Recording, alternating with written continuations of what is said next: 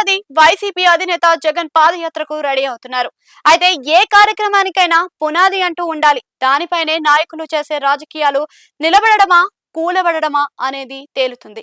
ప్రస్తుతం వైసీపీ అధినేత జగన్ భవిష్యత్తులో చేయాలని నిర్ణయించుకున్న పాదయాత్రకు సంబంధించిన మసాలాను ఇప్పటి నుంచే రెడీ చేస్తున్నట్లుగా ప్రస్తుత రాజకీయాలను చూస్తే అర్థమవుతుంది.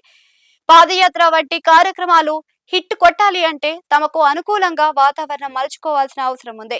గతంలో టీడీపీ జాతీయ వర్కింగ్ ప్రెసిడెంట్ నారా లోకేష్ యువగలం పాదయాత్ర చేసే సమయానికి వైసీపీ ప్రభుత్వంపై యువతకు పెద్ద ఎత్తున ఆగ్రహం ఉంది.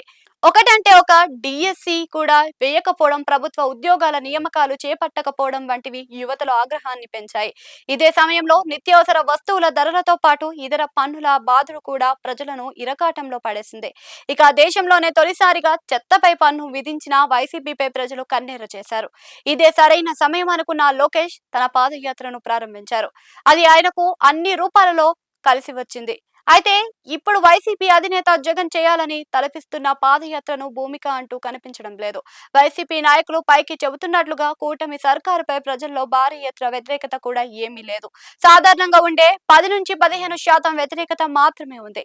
దీంతో పాదయాత్ర చేపట్టినా సక్సెస్ కావడం కష్టమేనని భావన వైసీపీ నాయకుల్లో కనిపిస్తుంది. అందుకే ఉద్యమాలు మద్దతు అంటూ కొత్త రాగాలు తీస్తున్నారన్న చర్చ జోరుగా జరుగుతుంది. అంటే కల్పిత వ్యతిరేకతను అడ్డుపెట్టుకొని పాదయాత్రను పునాదులు వేసుకుంటున్నారని విశ్లేషకులు చెబుతున్నారు.